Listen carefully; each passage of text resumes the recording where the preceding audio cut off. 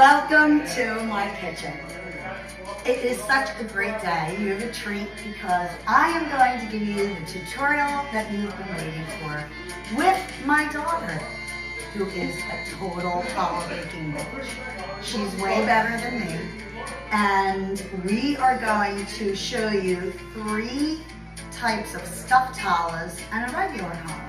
So, 4 ingredients that you're going to need. These are just the basic ingredients for the challah dough part, okay? Because then we have the toppings too.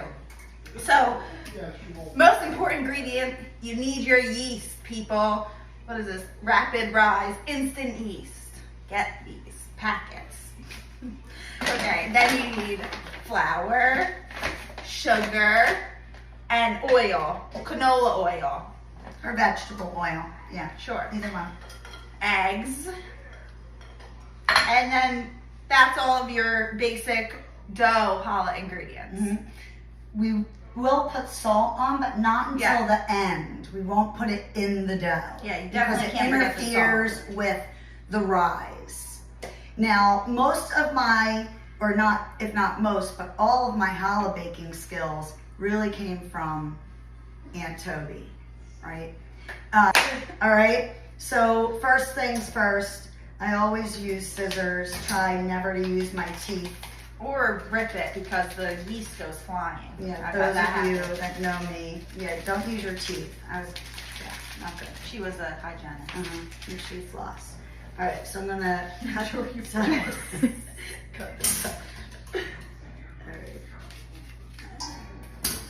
And some of it sticks to the side inside, so I kind of try to tap it to get. So what's next? We have sugar. So there's 2 different ways that you could do this. I prefer a little bit less sugar in my dough when I'm making a plain one, so it's not as sweet, but some people really like a sweet dough.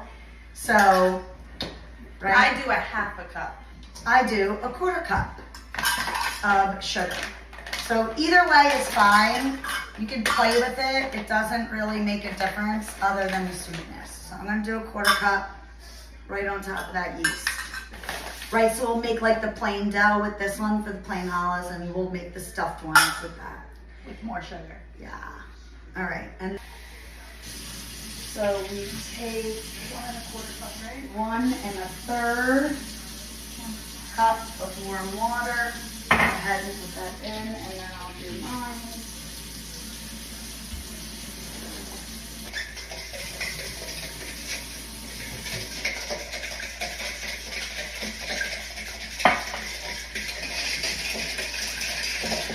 All right, now comes the part that gets a little challenging, and this is where Toby really taught me how to make a very fluffy, light challah.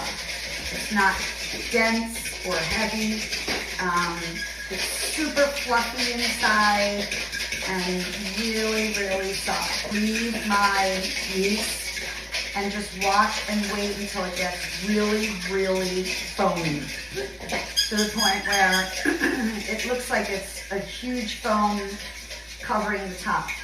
Adrian, how do you do yours? I usually think that takes about 15 minutes. So I usually cover it for 15 minutes, and when I look after that amount of time, it's very fluffy and bubbly and everything. So.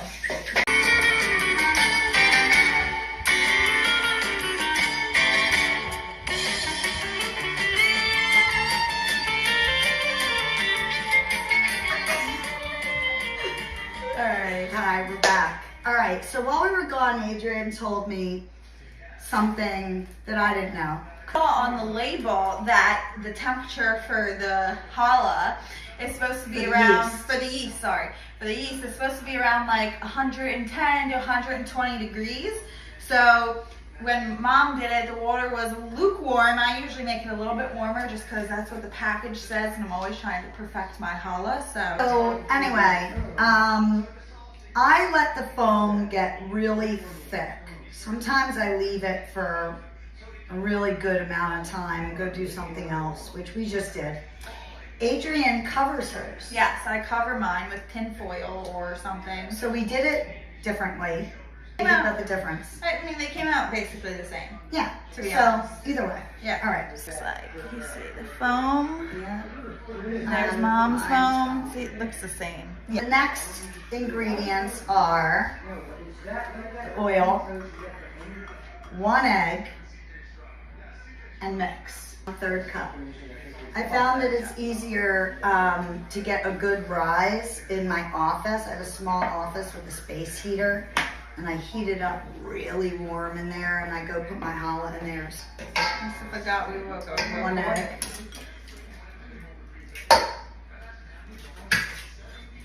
I'm gonna put this egg aside because we're gonna make 3 stuffed challahs. Nutella stuffed challah. We're gonna make a cinnamon bun, sticky bun stuffed challah that's got like raisins and pecans in it. And we're gonna make my family's probably favorite is the sweet cream cheese stuffed cinnamon challah. Delish. Really good. All right. It's flour now. Flour, right. 4 cups of flour. Thank goodness Right? that you're here. Yeah. Mix after each cup to make sure it gets combined. You should really invest in a Right. KitchenAid because it's way easier than doing all of this. by So hand. I usually put 2 cups in at once and mix that first. Yeah. Oh, you're a shaker when you mix. Right, this is when it starts to get a little bit thicker. Now, you don't want your dough to have too much flour, so you want it to kind of be sticking to your fingers a little bit. It's what they describe as being tacky, I guess. Sometimes if I put too much flour and I start to shake it out, I lift up my dough to make sure, because I don't want it to get too dry. I want it to be a little bit sticky, some stickiness to it.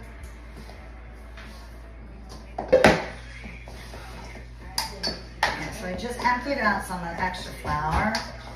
I've gotten enough of the bottom. I don't want it too much and dry it out.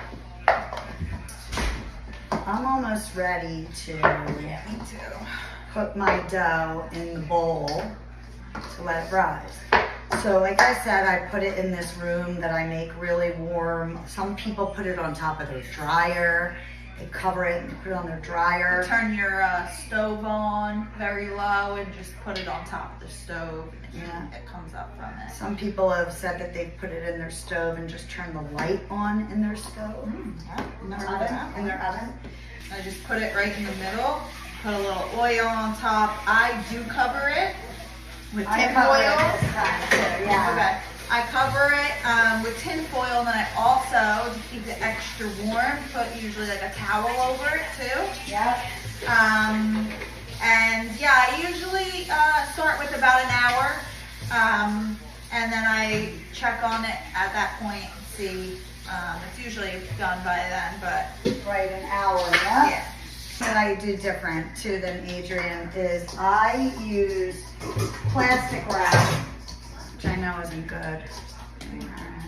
But I use plastic wrap because I feel like it gives it a little bit more of a humidity than the tin foil, but probably, I guess either one works fine.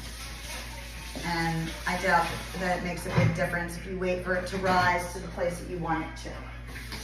Got that, cover, wait.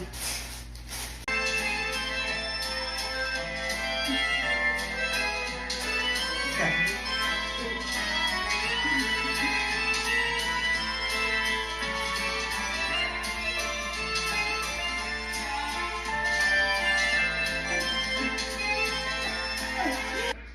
So for the cream cheese filling, you need a ½ pound of cream cheese, preferably softened.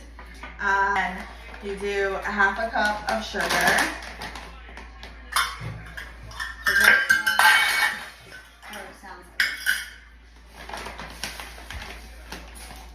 ½ cup of sugar. And then 1 egg yolk. Just the same, right? Yeah, but she really suggests that you get the egg. And that makes this creamy deliciousness. Yummy. Little splash of vanilla.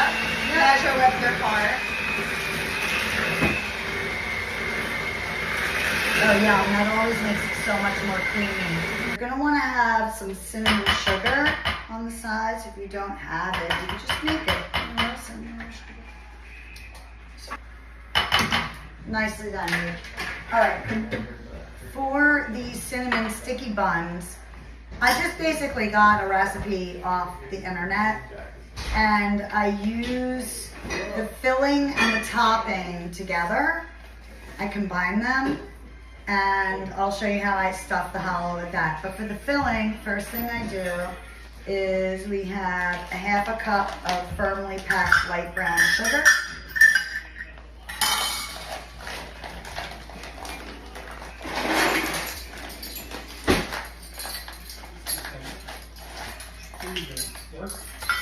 Brown sugar. And brown sugar. And then 1 tablespoon of cinnamon. And then 4 tablespoons of butter.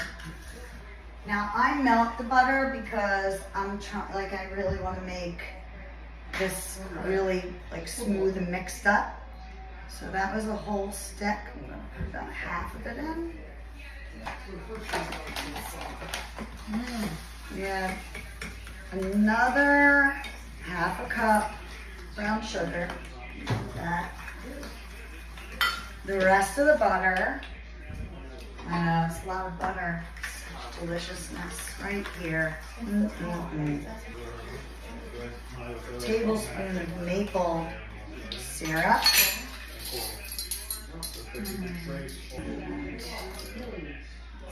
2 tablespoons of honey. And, all right, and then you can add raisins and pecans if you want. Some people don't like to. You know, some people like their sticky buns to have that. So after you make these 2 different things, you're gonna put them aside with your raisins. They could be golden raisins and your chopped pecans.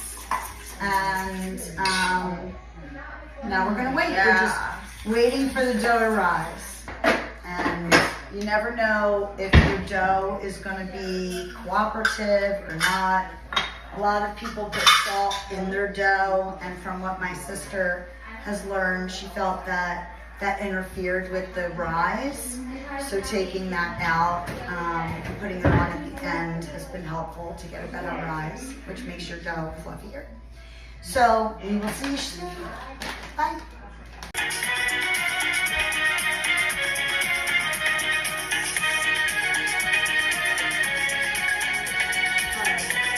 Okay. We are back. All right, Adrian and I did different things. Remember, I had cellophane. One of the reasons I like cellophane, you see how it creates like this insulation, and it's kind of has humidity in there. So, but here's how high it is. It like really got puffed up. And so did Adrian's, even just almost as much. Yeah. So awesome. So we're gonna do this blessing. Not everybody does this, but anyway, when you're making challah, there is a blessing. So the blessing is, you ready? We'll read it. We can read it. Or I'll read that part. You want to read that? Sure. Baruch atah Blessed are Adonai. you, Lord our God, Go ahead. King of the universe, who has sanctified us with his commandments and commanded us to separate challah. Right. And in Hebrew, it says, Baruch atah Adonai Eloheinu melech haolam asher kiddushanu b'mitzvotav v'tzivanu lahafrish challah. All right, and then you're supposed to take a small piece of the dough, and this is called the blessing on the dough when you separate it. Just take a little piece, and you say, Harei zu challah. Harei zu challah. And that means this is challah.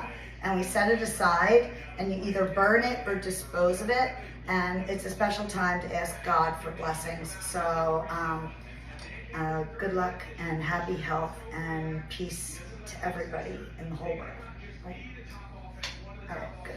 Have like a something that you lay on your counter? How do you do it, Adrian? I don't like to put anything on the counter because it usually moves, or I like to do it right on the What kind of countertops do you have? granite. Yeah, so I have granite too, so it's easy to clean up. Adrian's gonna make rolls, little hollow rolls, dinner rolls.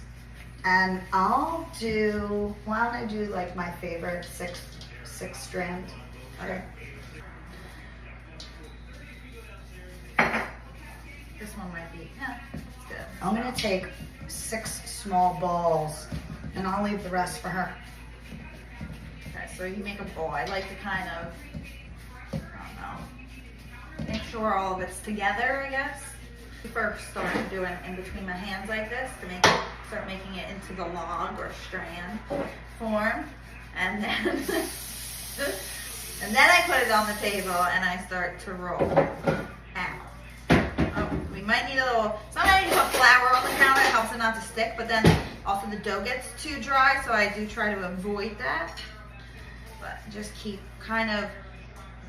Just move your hands back and forth and then out to the side as you go on, right? So you could, I mean, whatever way you want to make a strand, just make a strand. So once it's in your strand, very simple. You just take one end and you swirl, swirl, swirl, swirl, swirl, swirl. Flatten it out a little bit maybe. There's your dinner roll. Do spray Pam on the pan. I actually, when I'm at home, I use parchment paper. I don't like to use spray. I like to just use the parchment paper. Keeps it nice golden brown on the bottom too. Up at the top where I attach them. So you're gonna roll them out about, I don't know, about 10 inches. Thinner at the top. Connect. I always think of what a ruler, how long a ruler is in my imagination. For some reason that always works for me. We have the strand. And roll.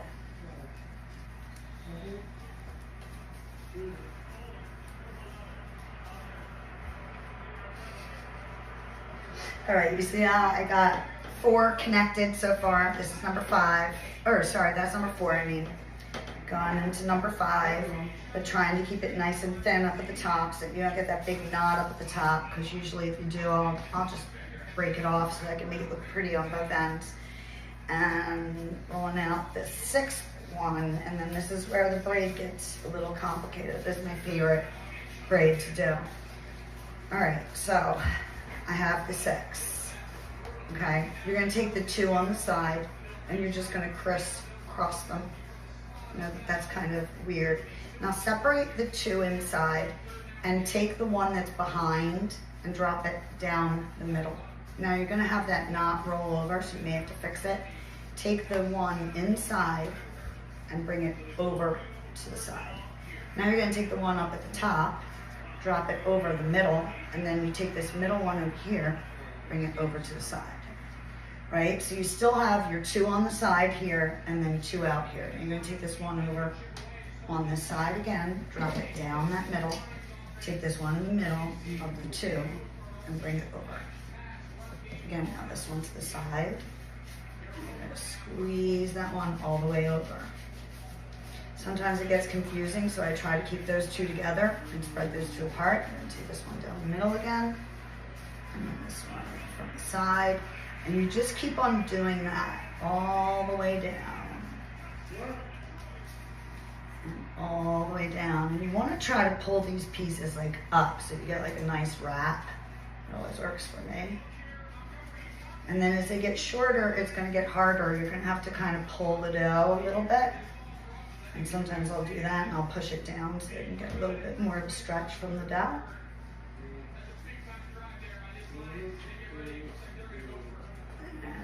Down to the bottom, it's like a little bit more like almost form it. And once you get to the bottom here, you kind of just like crumble it all together and tuck it under on the end. You go to the other end, do the same, so you can make your braid pretty on both ends. Beautiful. Gotcha? Gotcha. Okay, perfect. So these are the plain, just solid plain, nothing else in that. Now there's gonna have to be a second rise. So see how small it is now? We wanna see it really swell up in the second rise. Usually it doesn't take quite as long, but it all depends on how the yeast responds. I usually do another hour. Yeah. Yeah, close to it. Sometimes if you forget about it, which I've done before, and I know my cousin has done this before too, you get busy or you're doing something, you leave it too long, kind of just, it falls apart. Yeah. Yeah. So with that insulation, it's not as important to make it so tight this time because as it expands, you want it to have room to expand. I do cover it, and then I put it back in that heated room. All right, so I'll do that while Adrian's finishing her rolls, and then we're gonna take another break. And it's easier.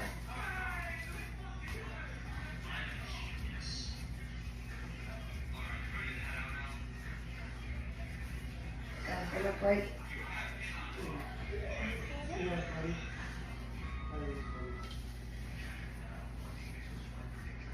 Yay. Awesome.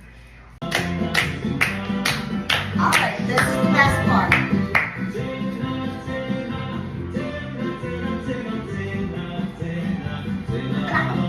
I'm gonna make the sticky bun one, and she's gonna put it in a round or strand challah because she does it so nice. And so I'm gonna stuff them with the stuff. Do it two ways. You can flatten it like that. You can get your roller. You can roll it to make it even flatter. That way, Adrian and I both agree it holds more topping. Definitely don't want to make it too thin though, because when you stuff them and then try to close it, it will break. The more stuffing we also agree on, the better. All of the stuff, all of it. And can I have the pecans? So first I'm going to take a little bit of the cinnamon sugar paste, add it all down, and again, like, depends on how much stuff you like. Some people are like, oh, I just like it to have a little bit, a little taste of it. Some people want it oozing out. It's all up to you.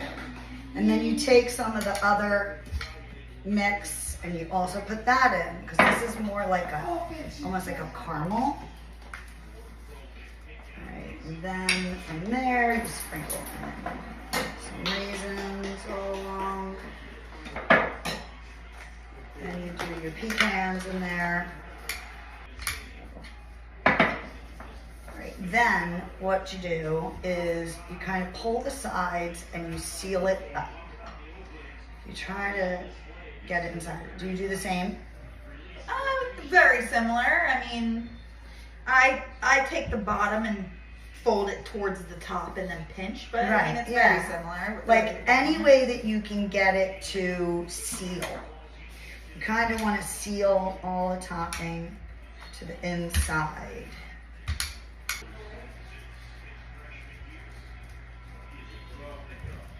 And sometimes as you get to the bottom, it gets a little bit messy, but that's okay, because you do want a little bit to ooze out. It'll flavor the outside of the dough. Sugar gets all like caramelized. Yeah, it's so yummy. 9. So there's 9. So we'll do a few with Nutella, and then a few with the cream cheese and cinnamon. It's like stuffed with raisins and cinnamon and sugar and pecans, just like a yummy sticky bun would be. Okay, so once you have the it's stuffed, I leave it right there in place. Right there in place, and I just take one end, I'm gonna take this end, and I just start, same way I did the regular rolls, is I just roll it up, and I try to press this end part kind of underneath into the bottom, and then you have your roll. Yummy. So we're now going to show you how to do the 4-strand round challah. So you basically want 2 pieces going horizontal, 2 pieces going vertical. That's how we're going to start, and then we'll go from there. So we have the 2 pieces going vertical right here. I'm just going to keep sealing these up as I go along if they open. And then just plop the other ones right on top. Now making sure that it's kind of like in the middle. And then you need basically it to go, one side has to go under, so we're gonna pick this up on top and switch it. So it's kind of going under this one and over this one, and then you want it to be the opposite on the other side. So it's this one. It goes under, and you pick this up and go over. So now you should have kind of like this square in the middle. And so what we're going to do here is we're always going to take under and go over, and we're going to move left and right. Is this a good way of explaining it? Okay. Yeah. It's kind of hard to explain, but just You always take the one from underneath and go and over. make sure you go over it. Yep. So it's like you're always going over the hill. Yes. Right. Okay, so I usually start at the top. So whichever one is under is what you want to start with. So this one's under. So you put it over and to the horizontal. So 3 strands. And then you take the one that's under, over, under, over, under, over. And then once you get back to the top, then you're going to reverse. I usually like to kind of push in the strands. So here we go. Now under, over, under, over, under, over, under, over. Push them in a bit. And you keep doing it. Under, over, under, over, under, over, under, over. And then you're going to get to a point where there's not going to be any room to do it anymore. So at that point, you kind of just want to push them into the circle the way that they're going. So if this one's going this way, you're going to kind of push it over here. This one's going this way, push it over here. Just kind of pull them all in the direction that they're going while kind of... And tuck them under. Yeah, tuck them under, press it into the circular kind of shape. This one's over here. This one's over here. It doesn't have to be perfect. It's going to look better once it rises. And then as I'm going to put it on the plate, I guess I can show you this. You never can make it look that good. But when we put it on the plate, you kind of want to pick it up and like she did with the salty one. You kind of want to like puff it up a little bit. Do you think I could put it there real quick? Oh, yours are good. Why? I make a little knot. I like those. Sometimes. Those are pretty. Yeah, like garlic knots. You can do the same thing with those. Yeah.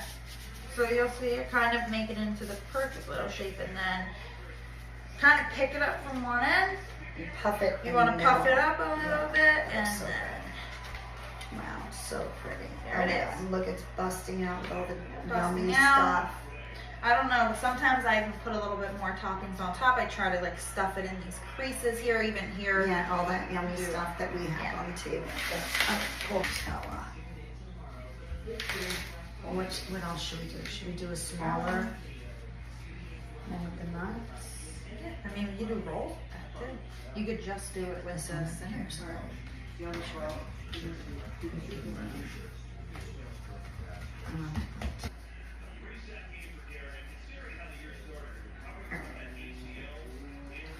So you guys got the idea. I think that we'll take a break, clean up a little bit, come back and show you the challahs that are ready, that have done their second rise. And you can't skip rises. Yeah, this has been a long day. I mean, right, when did we start? Like 11 something. Right, and what time is it? Almost 3? Yeah. Yeah. So it takes time. You can't rush. You gotta be patient.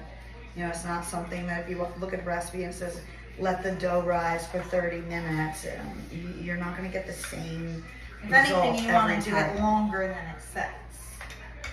It's just gonna make it fluffy. You know, if that's how you like your challahs. Do 2 more. Put as much of that as you can in.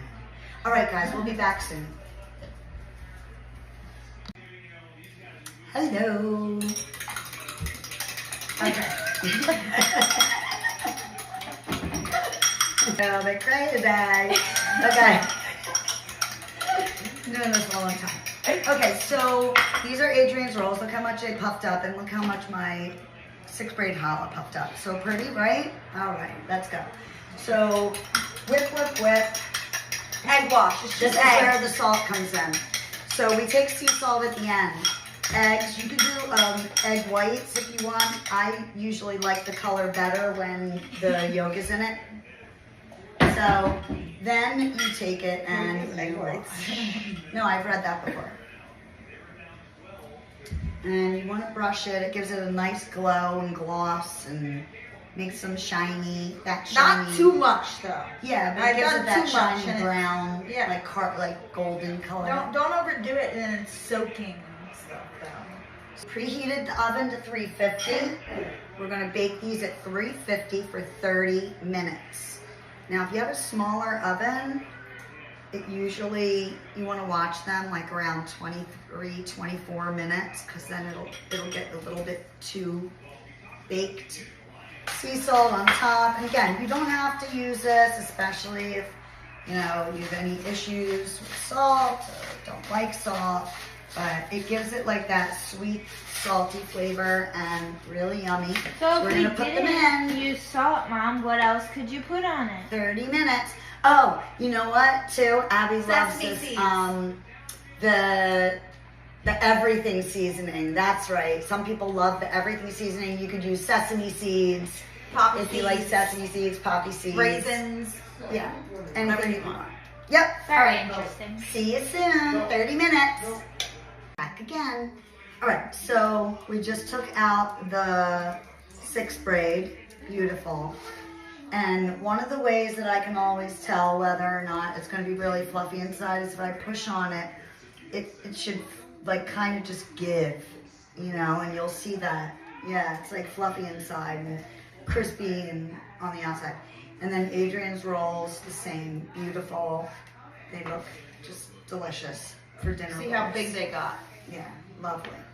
All right, so now we have the yummy dessert rolls, and we're gonna do the same thing. We're gonna egg wash them, and then we're gonna bake them for 30 minutes, just like the others. And we have our burned pieces here. Nicely done. To it. Give instructions for. So I never wrap it up when it's warm, because then the salt will kind of, you know. I think it also gets wet and then it's not as crispy on the outside. So I kind of just do this. I make like a little shell like that, and voila. All right, 30 more minutes. See ya. So here are the finished dessert rolls. Ooh. So delicious. I think we did forget one step. So on the cheese rolls, before you put them in the oven, sprinkle some cinnamon sugar on the top. You see there. And then, yeah, but this is what they look like when they're done. Delicious. All right, finished products. We just finished this beautiful round one that Adrian did. It's so pretty. Look at that. Oh my God, it's so pretty. and it's just oozing out with the caramel and yummy stickiness and the rolls. So private message us. Thanks, Abby. See ya.